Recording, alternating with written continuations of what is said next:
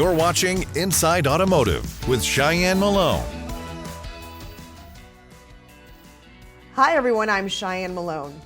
In the ever-evolving landscape of the automotive industry, the Smith Auto family has thrived for 4 generations in Texas. Impressive, right?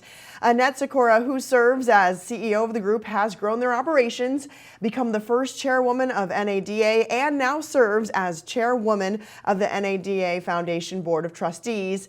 And her children have even joined in on the family business as well. Welcome, Annette. Glad to have you. Good morning, Shyann. It's great to be here. So since you were last on CBT News, you've expanded the Smith Auto family to include a Ford dealership. Tell us about that. How's it going so far?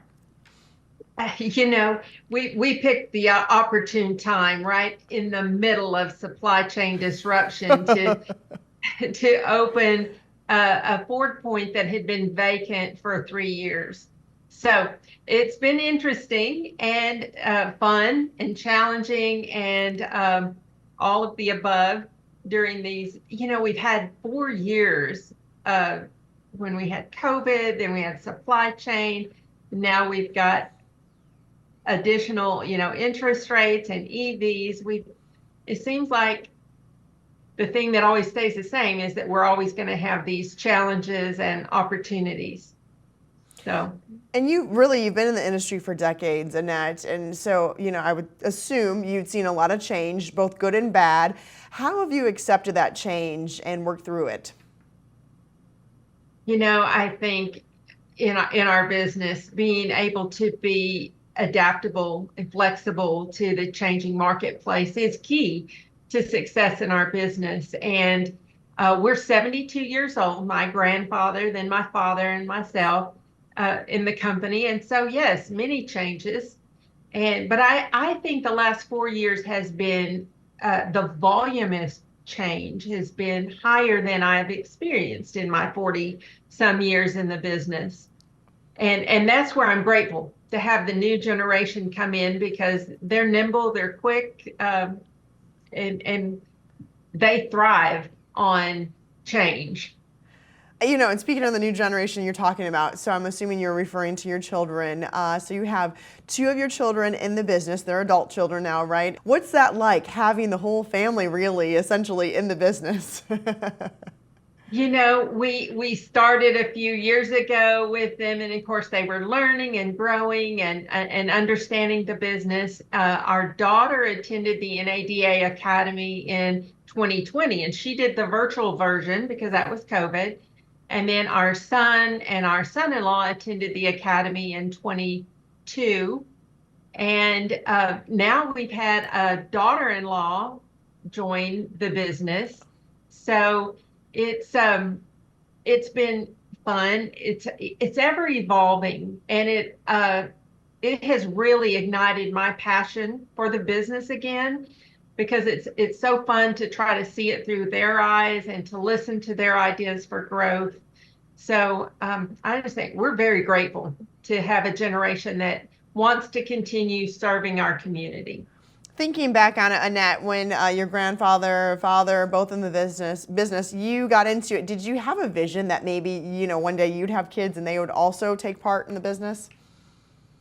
I think early on I wasn't thinking about that, but as it grew and my career moved on, there's so many ways that we impact our community, and we have a position, I think, of honor in our community and a position of influence.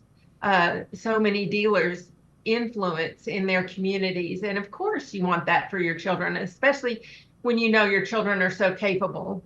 Mm-hmm. And have you been able to utilize their strengths in different areas? As you said, the newer generations maybe, helping out with the volume issues in the past 4 years? Yes, and they implement the new technology so much easier. I tell my daughter she can do things in 30 minutes that would take me a half a day. And so I love that they've grown up with this technology, and they embrace it, and they find new ways to implement it and to use it for the good of our customers, and I love that. It seems like there's so much technology out there and it's hitting us so fast. Are you able to incorporate things like AI? You know, AI is touching every part of our business, and you know, we use it cautiously and conservatively to a degree as we do, but yes, we use it in a variety of ways.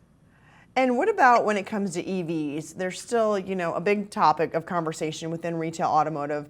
What are your thoughts on the EV market in your area?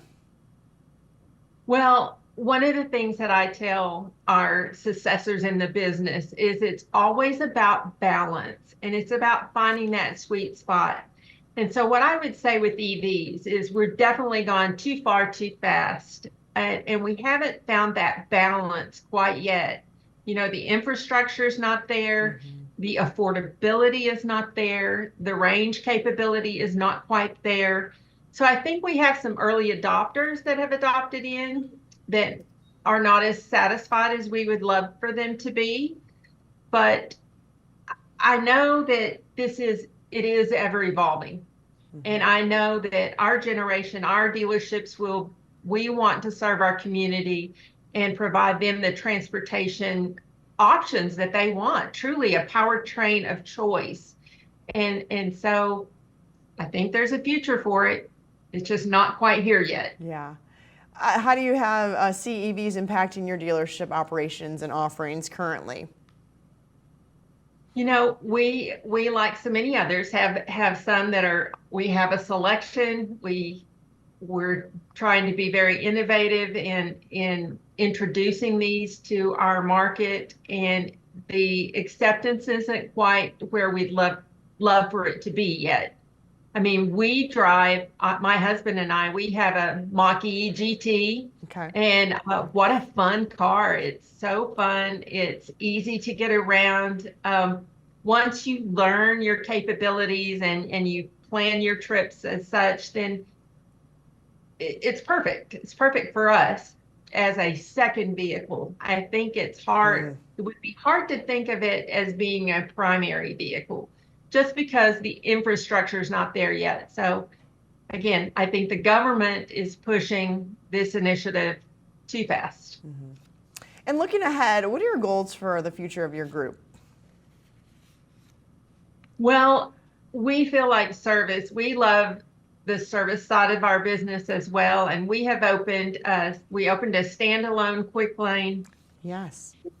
In Levelland in 21.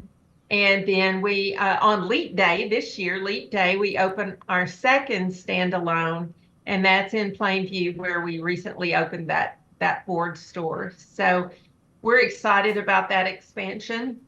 So that puts us with 5 service campuses, and we are all in on mobile and remote. So we think providing that customer the service they want, when they want, where they want, is a key to our success and growth.